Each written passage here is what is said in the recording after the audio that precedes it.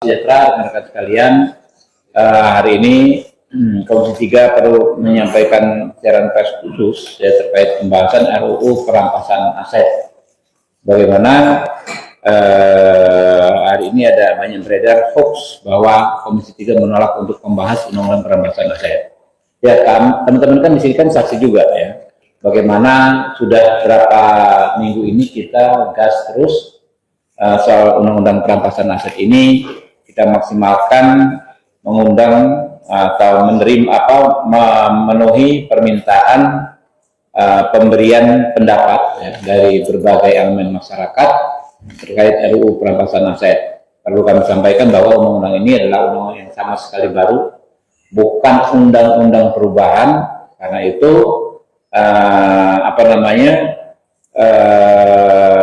lebih banyak yang dibahas pastinya dibanding undang-undang yang kemarin kita bahas di sini seperti KUHP, undang-undang koalisi ya, yang hanya membahas beberapa pasal. Ini kita meng-create satu undang-undang sejak awal sekali ya. Bagaimana di konstitusi kita DPR memiliki kewenangan untuk membentuk undang-undang. Untuk membentuk undang-undang itu kita dimulai dengan penyusunan.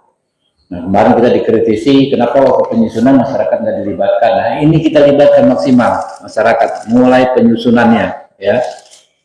Kita minta masukan dari masyarakat ya, dan banyak sekali masyarakat yang memang antusias ingin hadir di RDPU di hari ini ya.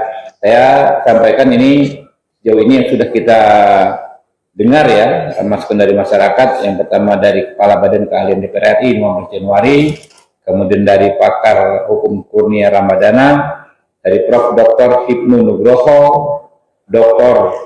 Maradona, ya, kemudian Pak Chandra Hamzah, Advokat Cinta Tanah Air, Kongres Advokat Indonesia, Peradi SAI, tadi ya, Peradi DPN Peradi, ya, tadi juga, kemudian dari Koalisi Masyarakat Sipil atau Lembaga Swadaya Masyarakat ada Perhimpunan Mahasiswa Hukum Indonesia, ya.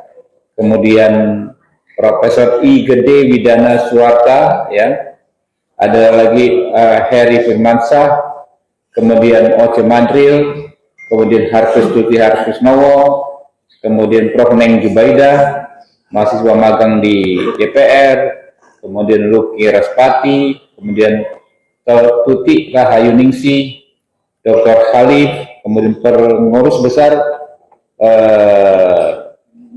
Serikat Mahasiswa Muslimin Indonesia PBSMI, ya. Kemudian ada juga Dr. Yusuf Saifuddin, kemudian ada Dr. Didi Sunardi, ada perwakilan senat mahasiswa tadi dari Universitas Islam Negeri Syarif Hidayatullah Jakarta, ya.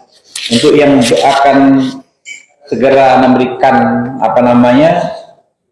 masukan dalam waktu dekat ini, diantaranya ada dari BEM Trisakti. Saya tadi sudah berkomunikasi dengan presidennya, ya, Saudara Putra, ya, insya Allah mereka juga berkenan hadir di sini, ya, dan ada beberapa BEM lagi kita berikan kesempatan untuk memberikan. Mana Bu Ica? Ini mana ya daftarnya ya? Yang akan hadir ya? Sorry ya.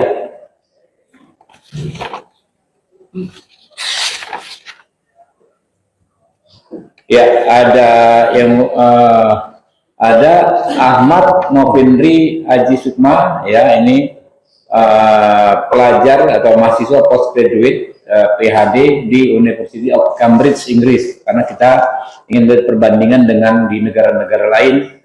Ada Profesor Dr. Dadang Heri Saputra, Rektor Universitas Banten Jaya atau di Serang. Ada Profesor Faisal Santiago, akademisi Universitas Borobudur. Ada kemudian MP Sadilillah, mahasiswa postgraduate di King's College London, United Kingdom, ya. Ada juga kita undang Pak Ari Yusuf Amir, ya, advokat, Pak Hotman Paris Utapea, advokat, untuk memberikan pandangannya terkait undang-undang perampasan aset ini. Jadi kita ini gaspol terus, Pak. Ini sementara belum ada kita agendakan RDPU undang-undang lain, ya. selain perampasan aset ini, karena memang kita prioritas. Jadi undang-undang advokat walaupun ada dari Mahkamah Konstitusi memerintahkan kita membentuk dalam 2 tahun ya, kita belum bisa agendakan. Ada undang-undang apalagi yang di sini narkoba ya, belum ya. Psikotropika. Ya, psikotropika ya, kita full di perampasan aset ini. Mungkin itu teman-teman, dan ya ada yang disampaikan teman-teman, Pak Adam? Ada? Cukup? Ya, nanti jam besok hari Rabu sudah kita mulai gaspol, Rabu, Kamis. Mungkin itu ya teman-teman ya. Ya. Mungkin bisa disampaikan Bang, itu dari etik tentang substansinya selama ini. Ya, jadi substansi. Nah, soal substansi teman-teman, pertama debatnya ya, perdebatannya adalah soal bagaimana menyeimbangkan antara kepentingan aset recovery untuk organ keuangan negara dengan agar membatasi potensi abuse of power oleh para penegak hukum. Oleh aparat penegak hukum, jangan sampai terjadi abuse of power dengan mengatasnamakan undang-undang perampasan aset ini. Nah, ini yang kemarin kita masukannya banyak ya teman-teman, dan kita perlu pengayaan soal itu. Batasnya di mana yang pas gitu kan. Pasti kita berkomitmen agar sebanyak mungkin terjadi aset recovery ya, tapi di sisi lain jangan sampai orang yang bersalah terkriminalisasi oleh aparat penegak hukum yang tidak bersih. Nah, itu satu. Yang kedua, banyaknya masukan soal perlunya lembaga khusus yang menangani soal pengelolaan aset ini yang hasil disita ini. Karena kalau hanya kejaksaan, jadi kejaksaan itu kan tugasnya menyelidiki, menuntut dan lain sebagainya, dia tidak ada rekam jejak soal ini, soal mengelola ini, aset ini gimana. Nanti ada masukan juga.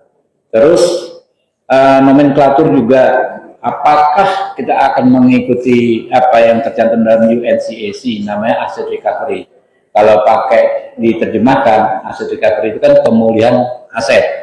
Ya, apakah kita akan pakai perampasan aset? Saya pernah bertanya di salah satu hal ini, dari mana awalnya muncul istilah perampasan aset itu. Ternyata menurut Pak Yusuf Saifuddin dari Universitas Muhammadiyah Purwokerto, sebetulnya kalau ingin membuat undang-undang yang secara komprehensif membahas pemulihan kerugian itu penyelidikan, kemudian namanya pemeriksaan, penuntutan dan lain sebagainya, hukum acaranya itu namanya aset recovery. Di ujungnya baru namanya perampasan aset. Yang di ujung pelaksanaannya adalah perampasan aset. Kan undang-undang ini kan mengatur semua nih, mulai dari misalnya diterimanya informasi, adanya kejanggalan atau apa segala macam, akhirnya di ujungnya perampasan aset. Jadi kalau kita ingin yang lengkap, sarannya adalah aset recovery, pemulihan. Tetapi ini kan belum diputus Pak, ya kan? Tetapi kita masih mau dengan masukan dari masyarakat. Inginnya seperti apa? Dan kita harus nanti di masing-masing anggota Komisi 3 yang akan menyusun dan membahas ya akan sampaikan sikapnya. Mungkin itu ya teman-teman. Ini ada yang dari Lombok Tengah nih sekarang soal air keras. Ya, silakan. Ya. Subscribe, share, like, and comment. Subscribe, share, like, and comment. Subscribe, share, like, and comment. Subscribe, share, like, and comment. Subscribe, share, like, and comment.